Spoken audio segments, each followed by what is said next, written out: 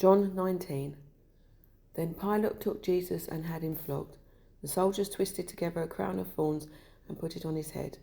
They clothed him in a purple robe and went up to him again and again, saying, "Hail, King of the Jews!" And they slapped him in the face. Once more, Pilate came out and said to the Jews gathered there, "Look, I'm bringing him out to you to let you know that I find no basis for a charge against him." When Jesus came out wearing the crown of thorns and the purple robe, Pilate said to him, "Here is the man." As soon as the chief priests and their officials saw him, they shouted, "Crucify, crucify." But Pilate answered, "You take him and crucify him. As for me, I find no basis for a charge against him." The Jewish leaders insisted, "We have a law, and according to that law he must die because he claimed to be the Son of God." When Pilate heard this, he was even more afraid, and he went back inside the palace. "Where do you come from?" he asked Jesus. But Jesus gave him no answer. "Do you refuse to speak to me?" Pilate said. "Don't you realize I have power either to free you or to crucify you?"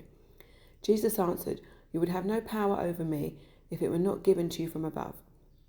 Therefore, the one who handed me over to you is guilty of a greater sin." From then on, Pilate tried to set Jesus free, but the Jewish leaders kept shouting, "If you let this man go, you are no friend of Caesar. Anyone who claims to be a king opposes Caesar."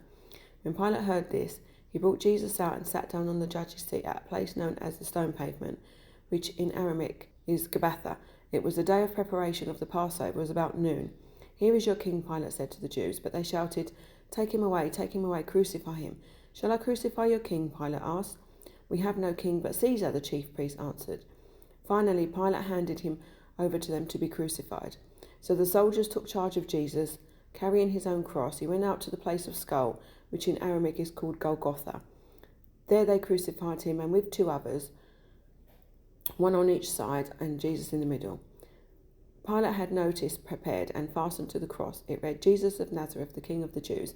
Many of the Jews read this sign, for the place where Jesus was crucified was near the city, and the sign was written in Aramaic, Latin and Greek. The chief priests of the Jews protested to Pilate, "Do not write King of the Jews, but that this man claimed to be the King of the Jews." Pilate answered, "What I have written, I have written." When the soldiers crucified Jesus, they took his clothes, dividing them into 4 squares, one for each of them, with the undergarment remaining. This garment was seamless, woven in one piece from top to bottom. "Let's not tear it," they said to one another. "Let's decide by lot who will get it." This happened that the scripture might be fulfilled that said, "They divided my clothes among them and cast lots for my garment." So this is what the soldiers did. Near the cross of Jesus stood his mother's sister Mary, the wife of Clopas, and Mary Magdalene.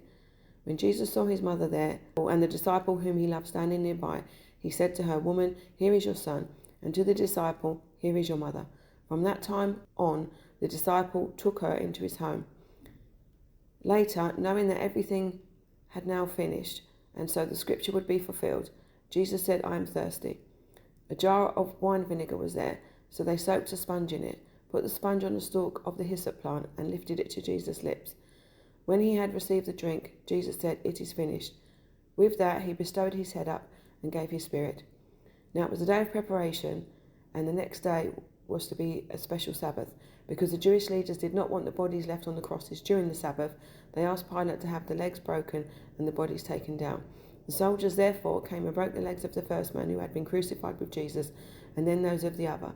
But when they came to Jesus and found that he was already dead, they did not break his legs. Instead, one of the soldiers pierced Jesus' side with a spear, bringing a sudden flow of blood and water. The man who saw it has given testimony, and his testimony is true. He knows that he tells the truth, and he testifies so that you also may believe.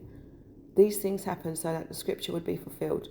Not one of his bones will be broken, and as another scripture says, they will look on the one they have pierced. Later, Joseph of Arimathea asked Pilate for the body of Jesus. Now Joseph was a disciple of Jesus, but secretly because he feared the Jewish leaders.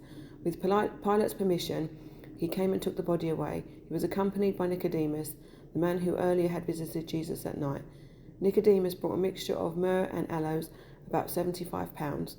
Taking Jesus' body, the two of them wrapped it, with the spices, in strips of linen. This was in accordance with Jewish burial customs. At the place where Jesus was crucified, there was a garden, and in a garden a new tomb, in which no one had ever been laid. But it was a Jewish day of preparation, and since the tomb was empty, they laid Jesus there.